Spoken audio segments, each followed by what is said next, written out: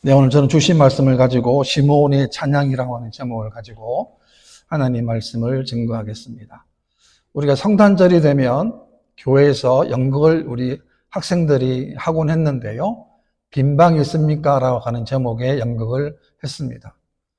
저도 과거에 전도사 시절에 해서 교회에서 빈방이 있습니까? 라는 연극을 아이들과 함께 했는데요. 그 배경과 그 내용을 보게 되면 미국의 어느 시골에서 윌리라는 학생이 있었어요. 그런데 그 학생이 다니는 교회에서 빈방 없습니까? 라는 연극을 했는데 이 윌리라고 하는 학생이 맡은 역할이 뭐냐면 여관집 주인이었어요. 마침 요셉과 마리아가 그 집에 그 여관에 찾아와서 출산할 날이 지금 가까우니까 만삭의 몸이니까 혹시 빈방했느냐라고 물어보았을 때에 이 윌리 이 학생의 원래 대본이 뭐냐면 안 됩니다. 빈방이 없어요. 다른 곳에 가보세요. 라고 하는 대사였어요. 그런데 막상 이 윌리 학생이 요셉과 만삭의 마리아를 보고는 그 말을 못하는 거예요. 그러니까 뒤에서 이제 선생님들이 계속 이 말을 이렇게 하라고 이제 말을 했겠죠.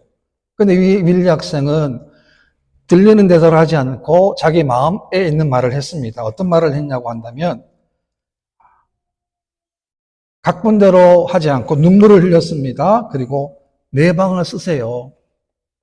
내 방을 쓰세요. 그리고 내 방에서 쉬세요라고 하는 대사를 각본에도 없이 하게 됩니다. 빈방은 있는데 어쩜 빈방은 많은데 주님이 거하실 방이 없는, 어쩌면 오늘 우리 현대시대의 신앙의 모습 가운데 한 부분을 어쩌면 전곡을 찌를 수 있는 그런 연극의 한 부분이었습니다. 하나님께서 저 여러분들을 너무도 사랑해 주셨습니다. 그래서 하나님께서 이 땅에 인간으로 오신 날이 바로 성탄절입니다. 예수님은 인류의 죄를 대속하기 위하여 그 사명을 가지고 이 땅에 태어나셨습니다. 인간의 지식과 인간의 지혜로는 도무지 이해할 수 없는, 다시 말하면 예수님은 동정녀의 몸에서 탄생하신 것입니다. 지금도 이 동정녀 탄생을 믿지 않는 사람들도 있습니다. 아니, 안 믿는 사람들은 말할 것도 없고 예수 믿는 사람들조차도 이 동정녀의 탄생에 대한 의문을 두는 분들도 있습니다. 이것은 인간의 지혜나 인간의 지식으로 도무지 해석할 수도 없고 해결을 할 수도 없는 하나님의 방법으로 이 땅에 예수님이 오신 것입니다. 베들레헴에 나신 예수님은 만왕의 왕이십니다. 우리의 죄를 사하기 위해서 이 땅에 오신 메시아이시고 구세주이신 것입니다. 왜 예수님이 오셨습니까? 그것은 우리의 죄 때문입니다. 이 죄의 문제는 인간의 힘으로, 인간의 노력으로, 어떤 노력으로도 인간의 죄의 문제는 해결을 할 수가 없기 때문에 그 인간의 문제, 즉 죄의 문제를 해결하기 위해서 이 땅에 예수님이 오신 것입니다. 오늘도 많은 사람들이 예수님이 왜 이 땅에 오셨는지를 모르고 스스로 지은 죄, 원죄와 자범죄 때문에 결국에는 죽어가는 이 땅에 수많은 사람들이 있다는 사실입니다. 유대인들을 보게 되면 유대인들은 오랫동안 메시아를 기다렸습니다. 그런데 예수님이 오셨을 때에 예수님을 진정으로 기대한 사람은 소수에 불과했다라고 하는 것입니다. 그렇다면 왜 그 당시에 수많은 사람들이 예수님을 기다렸음에도 불구하고 예수님이 정작 왔을 때는 왜 예수님을 못 알아보겠습니까? 그것은 그들에게 올바른 믿음이 없었기 때문에 그렇습니다. 오늘 본문에 보게 되면 시몬이라는 사람이 나오는데요. 이 시몬이라는 사람은 이 뜻은, 이름의 뜻이 뭐냐면 하나님이 들으셨다라고 하는 뜻입니다. 어떤 삶을 살았기 때문에 그가 아기 예수를 만나게 되었을까? 저는 몇 가지로 교훈을 얻고자 합니다. 첫 번째는 죄악이 만연된 사회에서도 하나님의 사람을 하나님께서 남겨두셨다는 겁니다. 이사야 책을 보게 되면 이 남은 자 사상이 나오는데요. 이게 렘넌트라고 하는 남은 자 사상이 있습니다. 이 말은 뭐냐면 세상이 아무리 타락하고 아무리 부패하고 아무리 뒤죽박죽 되어도 그 상황 가운데서도 하나님을 믿고 하나님을 섬기고 하나님을 예배하는 사람들을 하나님이 남겨놓으셨다라고 하는 것입니다. 그렇기 때문에 세상이 아무리 악하고 부패하고 타락했다 할지라도 실망할 필요가 없는 이유는 바로 그 사람을 하나님이 남겨놓으셨기 때문에 그렇습니다. 요한계시록에 보게 되면 4대 교회라는 교회가 나오는데요. 이 4대 교회는 어떤 교회냐면 이름만 있는 교회였어요. 그러니까 영적으로는 완전히 죽은 교회였어요. 예배를 드렸습니다. 근데 죽은 예배를 드린 거예요. 죽은 예배를 드렸다고 하는 것은 어떤 의미가 있냐면 그의 삶도 마찬가지로 죽었다는 거예요. 왜 4대 교회가 그리 죽은 신앙을 가졌는가 보게 되면 이 4대 교회는 무역이 발달한 도시였어요. 당시에 양털 가공업과 또 염색공업이 아주 잘 되어 경제적으로 큰 부를 이루는 그런 지역이었습니다. 그러다 보니까 물질이 풍부하다 보니까 영적으로 하나님과 상관이 없는 예배, 상관이 없는 삶을 그들이 살게 된 것입니다. 그런데 그런 환경 가운데서도 하나님을 진실로 믿는 사람도 있었습니다. 요한계시록 3장에 보게 되면 그러나 사대에 그곳을 더럽히지 아니한 자 몇 명이 내게 있어 흰옷을 입고 나와 함께 다니리니 그들은 합당한 자인 영모라 라고 했습니다. 여러분 그 옷은 뭘 말합니까? 신분이잖아요. 자기 신분입니다. 영적인 정체성 가진 사람들이 몇 명 있었다는 거예요. 또한 그들이 어떻게 하냐면 그들이 주님과 함께 거했다는 거예요. 그 사람이 몇 명 있었다라는 것입니다. 이 사람들은 자신의 욕심대로 인간의 정욕대로 살지 않았다는 겁니다. 하나님 말씀대로 기준대로 살아왔던 사람이 4대 교회에도 있었다는 것을 성경은 기록하고 있다는 거예요. 바닷물이 왜 썩지 않습니까? 저 큰 바닷물이 왜 썩지 않습니까? 바닷물에는 3%의 소금물이 있기 때문에 썩지 않는 거예요. 놀랍지 않습니까? 그러니까 3%의 소금물이 97%의 바다를 썩지 않게 만든다라고 하는 것입니다. 이것은 오늘 우리도 마찬가지 아니겠습니까? 우리의 삶 자체도 마찬가지예요. 세상 가운데 우리는 세상 따라가는 것이 아닙니다.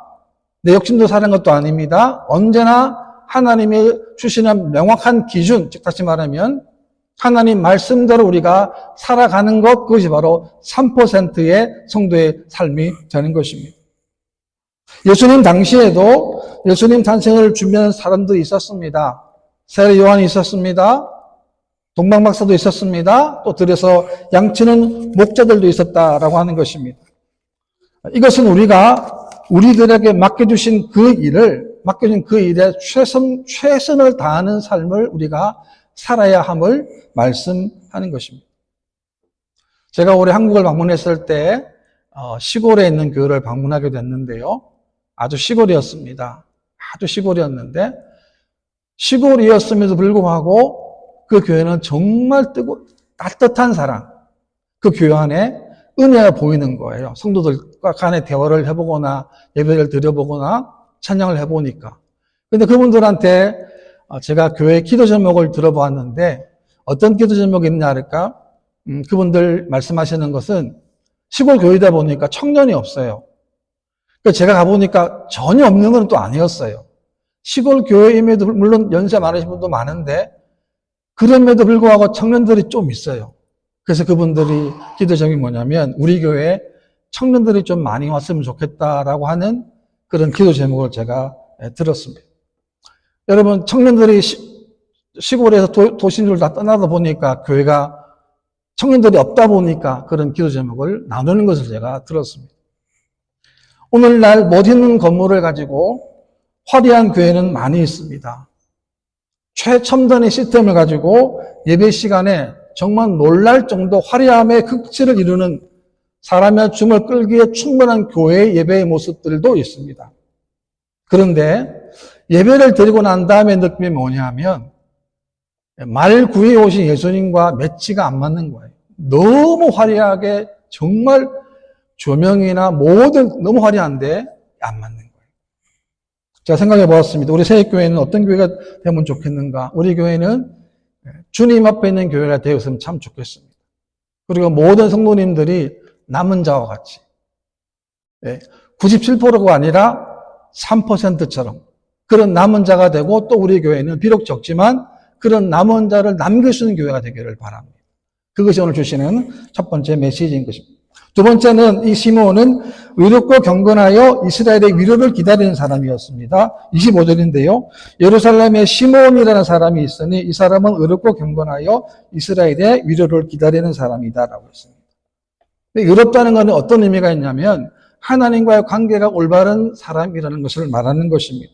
다시 말하면 하나님의 기준에 합당한 삶을 살았던 사람이 시므온이었습니다. 우리 성도의 의의 기준은 뭐냐면 세상이 아닙니다.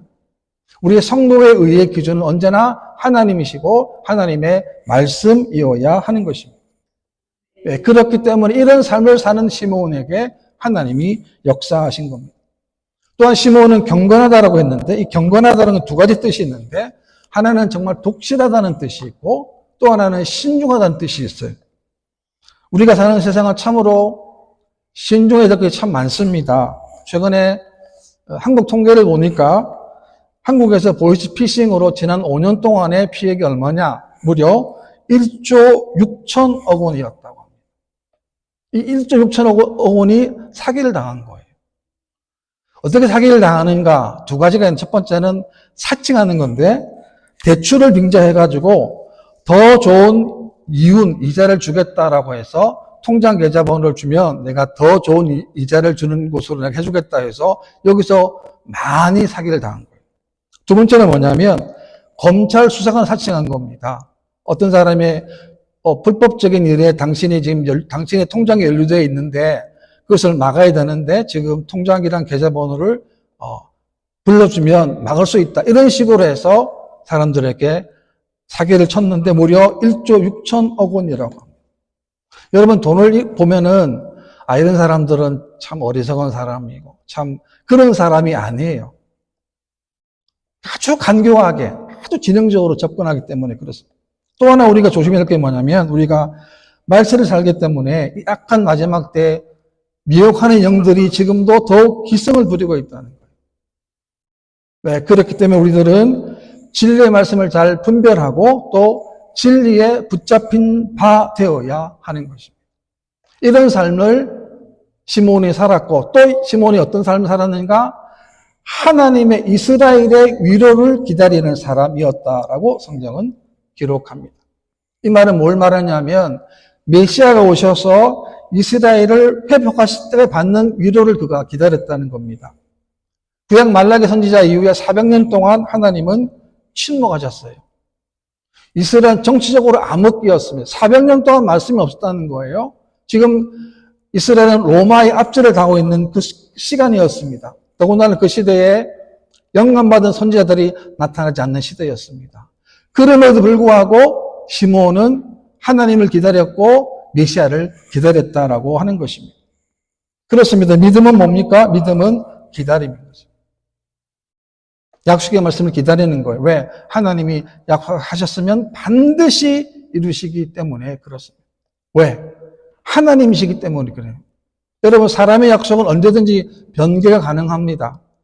바꿀 수 있다는 거죠. 그러나 하나님은 하나님이시기 때문에 약속의 말씀, 성경 말씀 통해서 약속하신 모든 말씀은 반드시 이루어지는 줄 믿으시기를 바랍니다. 네, 그래서 우리가 현실적인 눈으로 보게 되면 실망할 부분이 있어도 우리는 그 믿음을 갖고 우리가 나아가게 되는 것입니다. 그냥 기다리는 것이 아닙니다. 성경을 보게 되면 거룩한 행실과 경건함으로 하나님의 날이 임하기를 바라보고 간절히 삼아와라 라고 했습니다. 그냥 기다리는 것이 아닙니다. 그러니까 우리의 신앙은 뭐냐? 결국에는 자기 자신과의 싸움이에요. 내 안에 있는 또 다른 나와 싸움하는 건데 내 안에 있는 또 다른 나가 아니라 내가 하나님 말씀으로 우리가 이기는 삶을 사는 것, 그것이 바로 하나님이 원하시는 믿음의 삶이 되는 것입니다. 기다리는 자에게 주시는 하나님의 놀라운 축복이 되는 것입니다. 그 다음에 세 번째는 성령의 지시와 성령의 감동을 받았다라고 하는 겁니다. 우리는 하나님의 성전입니다. 그리고 우리 안에는 하나님의 성령이 거하십니다. 본문에도 25절 하반절 말씀 보게 되면 성령이 그 위에 계시더라라고 했습니다. 이 무슨 말이냐면 성령께서 끊임없이 시몬에게 영향을 미치기 위해서 그 위에 임하셨다는 거예요. 26절도 보게 되면 그가 주의 그리스도를 보기 전에는 죽지 아니하리라 하는 성령의 지시를 받았더니라고 했습니다. 내가 이 시몬에게는 시몬이 메시아 되시는 예수를 보기 전까지는 안 죽는다는 거예요. 그 지시를 받았다는 거예요. 어떻게 해요? 하나님의 성령 통해서 그가 지시를 받았다라고 하는 것입니다. 하나님의 성령을 통해서 의롭고 경건했던 시몬에게 메시아가 오실 것임을 그에게 알게 해주셨다라고 하는 것입니다. 네, 그렇습니다. 우리가 이 마지막 때 우리가 승리하기 위해서는 하나님의 성령님을 통해서 우리가 분명히 깨닫고 성령과 함께 동업하고 함께 나아가는 삶이 되어야 하는 것입니다. 27절 말씀에서 보게 되면 성령의 감동으로 성전에 들어가매라고 했습니다. 우리가 성령의 감동이 어떤 황홀한 경험을 말하는 것이 아닙니다. 성령의 감동은 우리가 매일매일마다 우리가 결정할 때, 움직일 때, 어디를 갈 때 그 순간에 우리가 하나님의 성령의 인도를 받는 삶을 사는 것을 말씀하는 것입니다. 시몬은 하나님의 성령의 감동으로 살았습니다. 얼마나 감사합니다. 저 여러분들도 남은 생애 동안 하나님의 성령의 감동으로 사는 여러분 되시기를 바랍니다. 내 마음속에 내가 나를 주장하는 것이 아니라 하나님의 성령님이 나를 주장하시고 나를 인도하시고 말씀하시고 깨우치는 대로 우리가 걸어가는 삶을 사는 것입니다. 우리가 성령 인도를 받는 삶을 살 때에 인생의 승리자가 되는 것입니다. 성령님은 구체적으로 성도의 삶 속에서 우리의 삶을 성령님께서 주관하시는 겁니다. 성경에 보게 되면 우리가 성령을 따라 행하지 아니하면 어떤 결과를 맺는가? 우리가 성령을 따라가지 아니하면 육체의 욕심을 이루는 삶을 살게 된다는 거예요. 아무것도 안 해도 성령을 따라가지 않으면 우리가 인간의 본능을 따라 사는 삶을 살게 된다는 것입니다. 그래서 갈라디아 3장 말씀을 보게 되면 성령으로 시작했다가 이제는 육체로 마치겠느냐. 참 무서운 경고 아닙니까?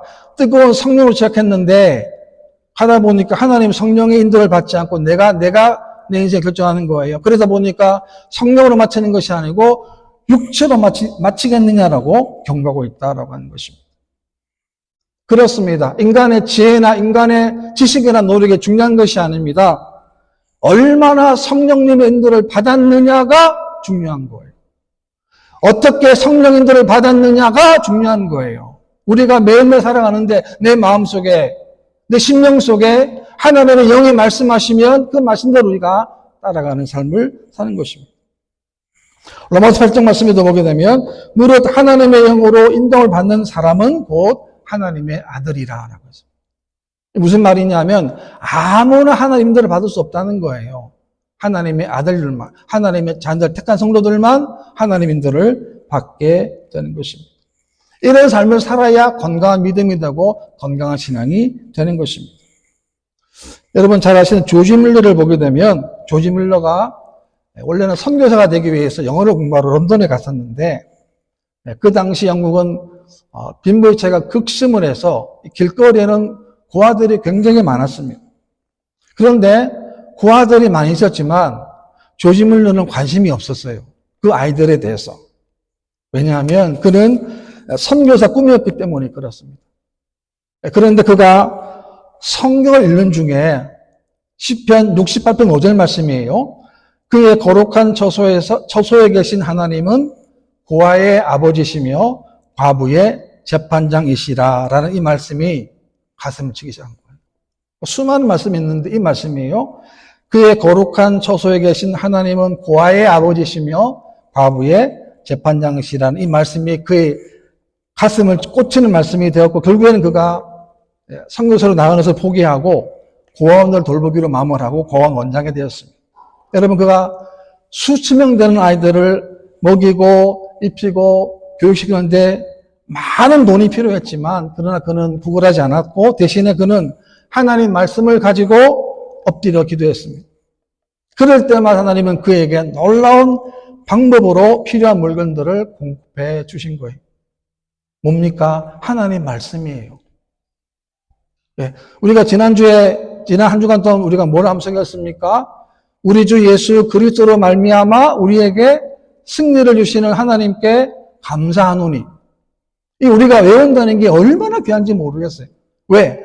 필요할 때, 정말 필요할 때 필요한 말씀이 바로 하나님의 말씀이기 때문에 그렇습니다. 조지 물러가 이러한 위대한 믿음의 역사를 일으킬 수 있었던 것은 그가 성령 인도를 받아 또 성령이 원하는 자리에 있었기 때문에 가능한 것입니다. 예, 그렇기 때문에 우리들에게도 항상 기도와 말씀은 절대적인 거예요. 우리 성도들이 있어서 기도의 자리와 말씀의 자리는 절대적입니다. 왜? 이 기도 말씀의 자리를 통하여 하나님이 우리들에게 인도하시고 가르치시고 역사하시기 때문에 그렇습니다. 28절에 보게 되면 시몬이 아기를 안고 하나님을 찬송하여 이르되 아기를 안았어요. 어린 아기를 안았습니다. 30절입니다. 내 눈이 주의 구원을 보았사오니 라고 했습니다. 이 고백이 얼마나 위대한 고백입니까? 지금 시몬은 나는 아기 예수를 보았다라고 그런 고백이 아니고 내 눈이 하나님의 구원을 보았다는 거예요. 무슨 말이냐 하면 이 아기를 통해서 열방의 하나님의 구원의 역사를 이룰 것을 그가 영적인 눈으로 보게 된 거예요. 이것은 이스라엘을 떠나 열방까지 하나님의 복음이 확신하게 될 것을 이 어린아이를 통해서 시몬이 보게 된 거예요.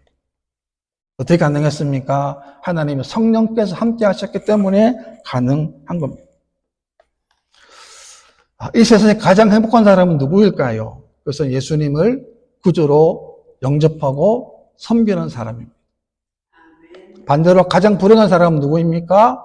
예수 그리스도를 구주로 영접하지 않고 섬기지 않는 사람이에요. 여러분, 사람은 삶은 방식은 다 똑같아요. 그런데 결과가 다른 거예요. 끝이 다른 거예요. 우리는 지금 성탄절을 앞두고 있고 우리가 지금 대림절, 대강절을 보내고 있는데 그 하나님이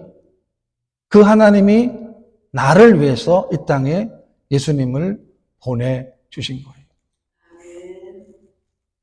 얼마나 감사한 일이고 얼마나 귀한 일입니까? 그분이 아니었다라고 한다면 우리도 마찬가지예요. 이 땅을 살다가 나이 들면 나 죽는 거예요. 죽으면 끝이 아니잖아요.